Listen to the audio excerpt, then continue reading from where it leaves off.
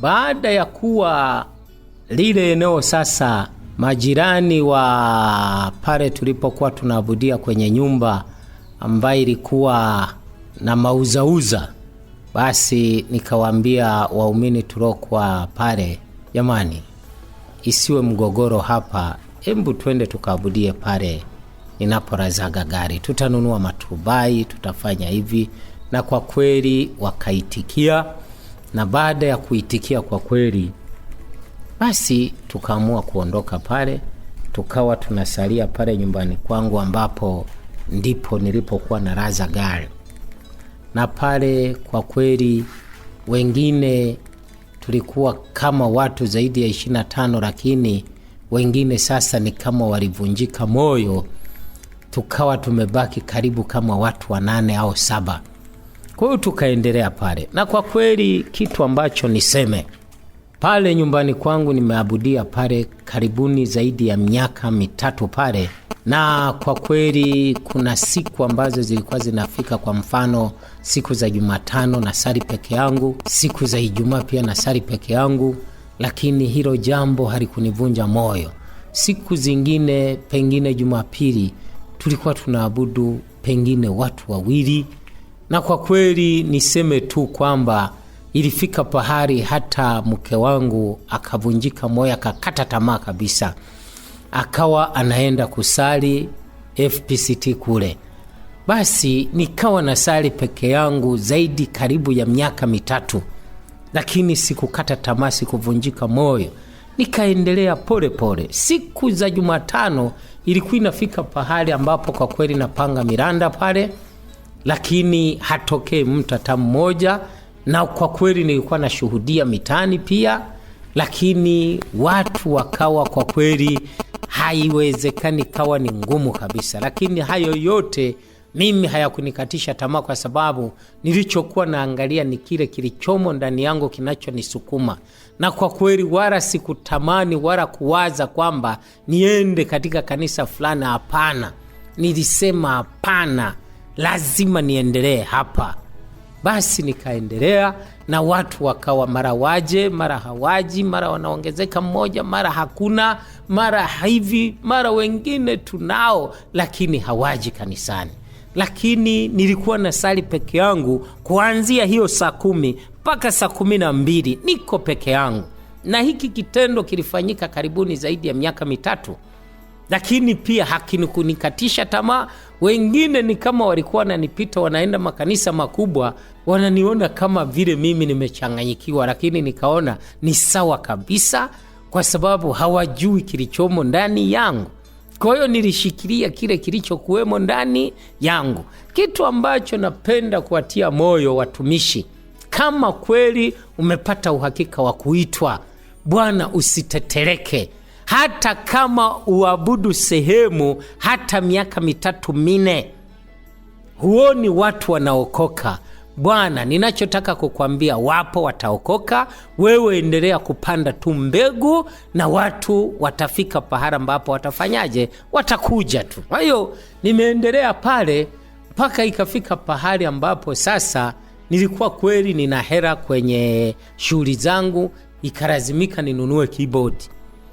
Nimenunua keyboard. Hapo tuko watu karibuni sasa wameshaongezeka, karibu watu karibuni 9 tumekuwa pale sasa.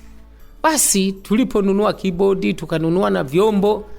Basi niliponunua na vyombo tayari watu sasa wakaanza kuongezeka,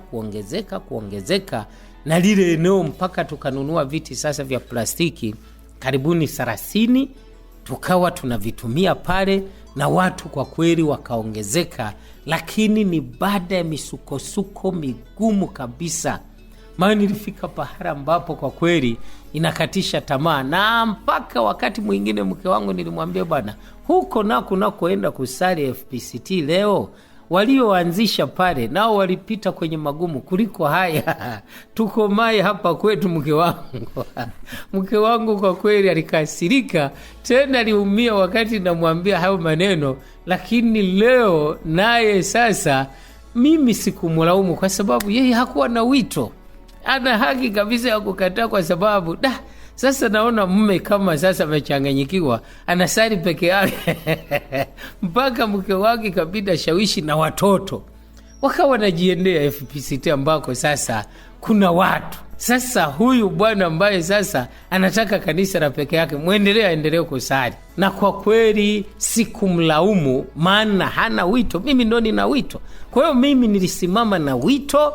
Mimi kitu ambacho nikutie moyo, mtumishi wa Mungu ambaye leo Mungu nasikia sauti ya Mungu. Kwa kweli unapoona unahubiri na watu hawaitikia, wafanyeje? Bwana, hilo lisikuvunje moyo. Wewe endelea kufanya kazi ya Mungu. Aliyekuita yupo na ndo mwenye watu na atawaleta. Kwa hiyo ikafika sasa wakati ambapo sasa Mungu amenipa mahali sasa pa kuabudia, ambapo leo nipo maarufu kama nilivyosema kanisa la Miti. Basi tukaamua kuhama pale nyumbani. Kwa kweli hapa tulianza kuabudia chini ya mwembe hapo. Tumeendelea kwa kweli kuabudu hapa, tukasimika miti, tukapaua. Tulivyopaua basi baadaye tukaezeka, tukawa na eneo lingine halijapata bati, tukaweka maturubai mpaka yale maturubai kwa kweli yaliisha. Basi baadaye tukapata tena neema, tukapata bati, tukaezeka pote pakakamilika. Kwa hiyo tunaendelea hapa kanisa la Miti, na kwa kweli Mungu anaendelea kuonekana, maana sasa tuna jengo hili. Ukipita hapo au kama ulishawahi kupita hapo, basi tunaendelea kujenga pole pole, wala hatuna makuu. Sisi tunaendelea kujenga na Mungu anaendelea kujidhihirisha. Na labda nikuambie tu msikilizaji naye nisikia, lisikutishe tu kwamba kanisa la Miti, Bwana, angalia Mungu anachokifanya ndani ya lile kanisa la Miti. Tunapata kumwona Mungu katika mambo mengi na makubwa kabisa. Tunaona Mungu akiponya watu, tunaona Mungu akiokoa watu, tunaona Mungu akiwabariki watu katika njia mbalimbali, tunaona Mungu akitenda miujiza na maajabu. Watu waliokuwa wana udhaifu fulani katika nguvu za kiroho sasa wametiwa nguvu. Watu waliokuwa hawalijui neno leo sasa wamekuwa, mpaka wengine sasa ni walimu. Kwa kweli kila aliye na shauku na jambo fulani, kwa kweli ameona Mungu sasa akimtendea kabisa. Kwa hiyo nikupe tu shauku na mwito tu kwamba wewe unayemtafuta Mungu usiangalie tu kwamba jengo. Angalia kinacho Mungu anachokifanya katika lile jengo. Kweli tunaendelea kumuona Mungu katika hilo. Mchungaji, huwa tunashuhudia baadhi ya vijana au utandawazi ambao tulionao kwa sasa au nyakati ambazo tulizonazo kwa sasa, baadhi ya walio wengi huwa kama vile tunaabudu katika mwili.